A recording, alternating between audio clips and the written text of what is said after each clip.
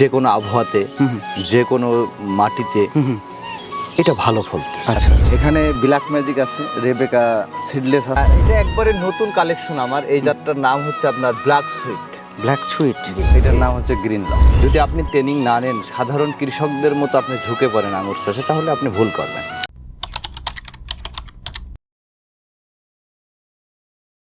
বাংলাদেশে আঙুরের বিপ্লব ঘটে গেছে। দর্শক, মিষ্টি আঙুর চাষ হচ্ছে এখন বাংলাদেশে। আজ আমরা এমন একটা আঙুর বাগানে এসেছি যেটা দেখে আমি নিজে অভিভূত হচ্ছি। আপনাদেরকে অভিভূত করার জন্যই বোধহয় আমরা আজকে চলে আসছি হচ্ছে এখানে, কারণ আমাদের নিজেদের অজান্তে এত সুন্দর একটা বাগান আজকে ভিজিট করতে পারবো কখনো কল্পনা করিনি। দর্শক, আজকে আমরা এই মুহূর্তে রয়েছি হচ্ছে চুয়াডাঙ্গা জেলার জীবননগর উপজেলার রায়পুরে। আমাদের সাথে রয়েছেন হচ্ছে মোল্লা নার্সারি ওনার সাদ্দাম মোল্লা ভাই। আমরা আজকে সাদ্দাম ভাইয়ের সাথে কথা বলবো আর তার বাগানের কি অবস্থা, তিনি কেমন বিক্রি করতে পারছেন আঙুর, এবং বাংলাদেশে আঙুরের সম্ভাবনা কেমন দেখছেন চাষ, বাণিজ্যিক চাষের, সে বিষয়টি আপনাদের সামনে ফুটিয়ে তোলার চেষ্টা করব। সঙ্গে থাকুন। আসসালামু আলাইকুম।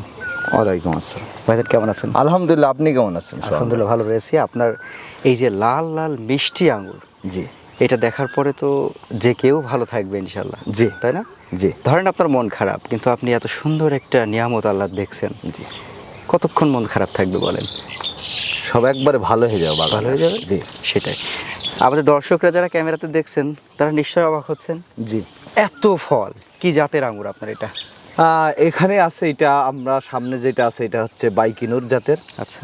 তারপরে এখানে আছে ব্ল্যাক ম্যাজিক, রেবেকা সিডলেস, হ্যাঁ। তারপরে জয় সিডলেস, তারপরে এখানে আছে হচ্ছে গ্রিন লং, আচ্ছা। ডিকসন, আচ্ছা, সহ এখানে প্রায় 50-60 জাতের আঙুর আছে এখানে। বিরাট ব্যাপার। জি। 50-60 প্রজাতির। জি, একই জায়গায়। আচ্ছা, তাহলে দর্শক বুঝেন, আপনারা যারা বিভিন্ন ধরনের আঙুর দেখতে চান, জি, তাদের বলবো যে এই বাগানে আসলে আপনারা এক বাগানে অনেকগুলো আঙুর পাবেন, অনেক জাতের আঙুর, তাই না? রাইট।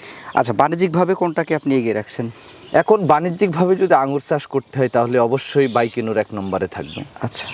বাইকিনুরটা আসলে যে কোনো আবহাওয়াতে যে কোনো মাটিতে এটা ভালো ফলতেছে। আচ্ছা আচ্ছা। এটা কোনো আবহাওয়ার প্রয়োজন নেই যে এটা সিলেটে হবে না, বা এটা নোয়াখালী হবে না, বা এটা নাটোরে হবে না, বা রাজশাহীতে হবে না, এমন না। আচ্ছা। এটা আপনার সর্বোপরি প্রত্যেকটা জায়গাতে কিন্তু আঙুরটা হচ্ছে। বাংলাদেশের যে কোনো মাটিতেই হওয়া সম্ভব। জি। আচ্ছা, আঙুর চাষের আসলে যে বিষয়টা, আমরা কিন্তু খুব অল্প সময় হলো হচ্ছে আমরা আঙুর চাষ সম্পর্কে জানছি। জি। বাংলাদেশে তো আঙুর মিষ্টি হয় এটা আমরা কখনো বিশ্বাসই করতাম না। না না না। কিভাবে এই ধারাটা কিভাবে শুরু হলো, যদি একটু আপনাদের এটা? আসলে এটা আমি শুরু করি মূলত 2020 শেষের দিকে। আচ্ছা। বাংলাদেশে তখন আমরা 2 থেকে 3 জন শুরু করি আঙুর চাষ। তখন আঙুর চাষের প্রতি আমরা গুরুত্ব দেই নাই, দেখি আমরা টক হয় এইসব বিভিন্ন চিন্তাধারা থেকে আমরা কিন্তু আঙুরটা ওইভাবে শুরু করতে পারি না। লাস্টে আমরা 22 সাল এবং 22 সাল থেকে আমরা বাণিজ্যিকভাবে শুরু করেছি। তখন আমরা বুঝতে পারলাম যে আঙুরটা আসলে বাংলাদেশে মিষ্টি হয় এবং বাণিজ্যিকভাবে বিক্রি করে অর্থ সংগ্রহ করা সম্ভব হয়। আচ্ছা, আপনার কতটুকু আঙুর বাগান এখন? এখন বর্তমানে আমার টোটাল 7 বিঘা আছে। 7 বিঘা? 7 বিঘা। 33 শতকের বিঘা? 33% বিঘা। দর্শক বুঝেন, 7 বিঘা আঙুর বাগান। আচ্ছা, এবার কিরকম বিক্রি করা যাচ্ছে আঙুর? কত? এবার আমরা বিঘা প্রতি পেয়েছি, আমার লেট প্রনিং ছিল তো, দেখাচ্ছে অনেক সময় বৃষ্টিতেও নষ্ট হয়ে গেছে। তারপর দেখতেছেন এখনো আমার গাছে আঙুর আছে ধরে। তারপর আমরা বিঘা প্রতি এখন 3 লাখ 3.5 লাখ টাকা পেয়েছি আর কি। আচ্ছা, যদি এটা আর একটু আগাম প্রুনিংটা করতে পারতেন এবং বৃষ্টির আগে তুলতে পারতেন, যদি নষ্ট হওয়ার চান্সটা একটু কম থাকতো, তাহলে আনুমানিক কত টাকা বিক্রি করা যেত? আসলে দেখেন, আগাম প্রুনিং করলে বাংলাদেশে আঙুরটা একটু কমই হয়, কিন্তু দামটা ভালো পাওয়া যায়। আচ্ছা। তবে এখন আমাদের চিন্তা করতে হবে যে আসলে বৃষ্টি রেন স্পটটা কিভাবে ঠেকানো যায়। এটা দীর্ঘমেয়াদী একটা পরিকল্পনা আমাদের সৃষ্টি করতে হবে, যাতে আমরা আঙুর চাষের সামনে বিপ্লব ঘটাতে পারি। শুধু আঙুর চাষ করলে হবে না ভাই, এখানে আঙুরের কিছু সংরক্ষণ ব্যবস্থা আছে, বা আঙুরটার টেকসই প্রকল্প, এক কথা আমরা যেটা বলি টেকসই প্রকল্প। এখনকার চাষিরা দেখেন নিয়ে যে আঙুর লাগাচ্ছে, আঙুর কাঁচা আঙুরই বাজারে কেটে দিয়ে দিচ্ছে, পচে যাচ্ছে, ঠেকাতে পারছেন। এই জন্যই এমন কিছু পলিসি আপনাকে অ্যাপ্লাই করতে হবে যাতে আপনিও স্বাবলম্বী হন, বা আপনার পাশের যারা কৃষক আছে এরাও যাতে স্বাবলম্বী হয়। সেটাই।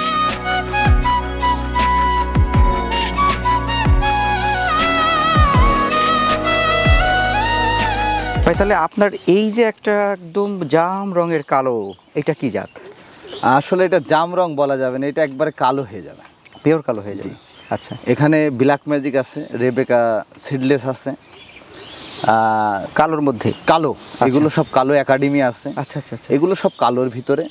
আসলে বাংলাদেশে কিন্তু বর্তমানে একটা বিপ্লব চলছে আঙুর, বিভিন্ন জাত। আচ্ছা। তো আমরা যদি একটু আঙুর চাষের গভীরে যেতে চাই, জি, 1 বিঘাতে মানে 33 শতকে আঙুরের চারা এখন যে সিস্টেমে রোপণ করা হচ্ছে, কতগুলোর প্রয়োজন পড়ছে চারা? 400 পিস করতে হবে। 400 পিস? জি, তাহলে বাণিজ্যিকে আপনার গেলে 400 পিস করতে হবে। দূরত্ব কেমন দিচ্ছেন? এটা 6 ফিট বাই 6 ফিট, মানে 4 হাত বাই 4 হাত।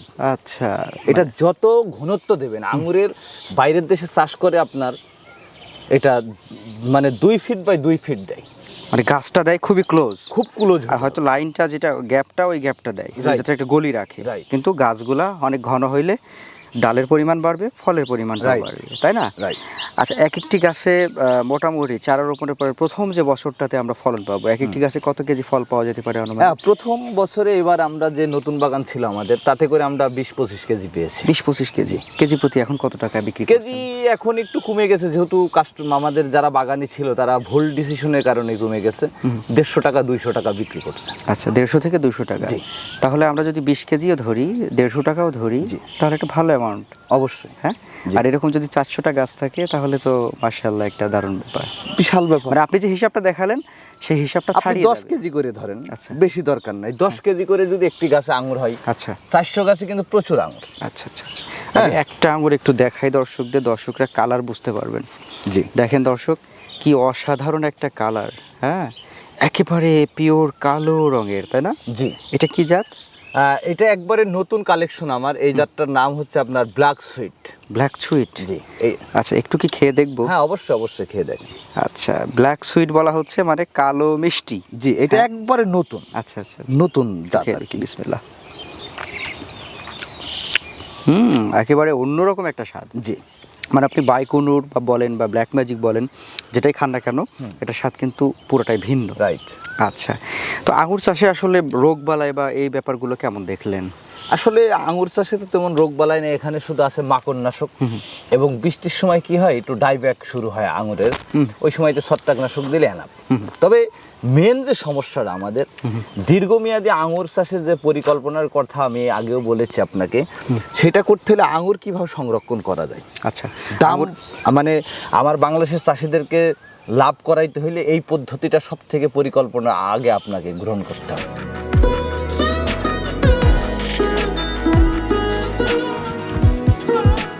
এইটা হচ্ছে দারুণ একটা জাত দেখতে পাচ্ছি, জি। গোল গোল সাইজের ছোট্ট ছোট্ট ফল। হ্যাঁ, হ্যাঁ। কি জাত এটা? এটার নাম হচ্ছে রেড গোলাপ। আচ্ছা, মানে আপনার যে 6-7টা জাতের কথা বলেছিলেন, আমরা কিন্তু তার চেয়ে আরো বেশি জাত দেখতে পাচ্ছি। তবে মোটামুটি যারা সফল তালিকার দিকে রয়েছে সেই বোধহয় 7টা জাতের নামই বলছেন, তাই না? জি জি জি। এটা কি জাত? এটার নাম হচ্ছে গ্রিন লং। আপনাদের বোধহয় এবার হচ্ছে বাগানের সবচেয়ে ভাইরাল আঙুর হচ্ছে এটা, তাই না? গ্রিন লং, আসলে এটা থোকা 1 কেজির উপরে আছে। এই যে এক একটি থোকা, জি, এই এক একটি থোকা ওজন দিলে আমার মনে হয় 900-1000 গ্রাম ইজিলি হবে, তাই না? জি জি জি। আচ্ছা, এটা কি সবুজ রঙের হয়? এটা সবুজ রঙের হয়, তবে মিষ্টি প্রচুর। আচ্ছা, প্রচুর মিষ্টি। জি। তো আমরা যে প্রসঙ্গে ছিলাম আঙুরের চাষাবাদ প্রসঙ্গে, আঙুরের সার কীটনাশক, যেহেতু বিদেশি একটা ফল, আমাদের বাংলাদেশের সচরাচর ফল না কিন্তু এটা, না না, সেই হিসাবে এটার চাষাবাদে কি কোনো ব্যতিক্রম বা কোনো পরিবর্তন পেলেন কিনা? হ্যাঁ, পরিবর্তন তো অবশ্যই প্রত্যেকটা জিনিসের প্রতিদিনই পরিবর্তন হয়। চাষেও কিন্তু আধুনিক যুগে আধুনিক মানের চাষ আপনাকে করতে হবে। তাহলে আমার পাশের জমি 20 মণ যদি ধান ফলে, আমাকে কিন্তু 30 মণ ফলাতে হবে। আচ্ছা, তাই না? জি। এই জন্য আঙুর চাষেও ট্রেনিংয়ের প্রয়োজন আছে। আঙুর চাষে যদি আপনি ট্রেনিং না নেন, সাধারণ কৃষকদের মতো আপনি ঝুঁকে পড়েন আঙুর চাষে, তাহলে আপনি ভুল করবেন। আচ্ছা, আপনাকে ছাদ বাগান করেন আর মাঠ বাগান করেন, আপনার প্রতিটি স্টেপ আপনাকে বুঝে আগাতে হবে। ঠিক আছে? আমার মতো যদি কেউ আঙুর ধরাতে চাই, তাহলে কিছু কিছু বিষয় আছে আঙুরের, এইগুলো কিন্তু আপনাকে জানতে হবে। আচ্ছা, এইগুলো কিন্তু আমি আপনাকে ইউটিউবে বলে দিলাম, আপনি করলেন, এইভাবে না। বাস্তবিক অর্থে এগুলো জানতে হলে প্র্যাকটিক্যালি করতে হবে। প্র্যাকটিক্যালি এখানে এসে আপনাকে প্র্যাকটিক্যাল জানতে হবে। আমি আপনার ইউটিউবে কতক্ষণ বলে দেবো, আপনার মনে থাকবে না। মানে অনেকটা ওই যে থিওরিক্যাল আর প্র্যাকটিক্যাল ব্যাপারটা জি, এরকম, জি। যে আপনি একটা থিওরি জানলেন, ওইটা যদি প্র্যাকটিক্যাল ব্যবহারটা না করেন হ্যাঁ। তাহলে কিন্তু আপনি সফল হতে পারবেন না, না, না। শুধু বই পড়ে মুখস্থ করে যাওয়ার মতো, তাই না? Right, right. আচ্ছা, তো এই যে আঙুরটা এত সুন্দর ফললো, এত দারুণ সুন্দর হলো, এইটা নিয়ে ভবিষ্যৎ কি পরিকল্পনা রয়েছে আপনার? আসলে ভবিষ্যৎ পরিকল্পনা হচ্ছে, আমি তো বাড়িয়েছি অনেক, তবে আমি আঙুরের সাথে এর সাথে আমি চিন্তা করতেছি যে আমি আরো কিছু চাষ করব এই আঙুরের সাথে।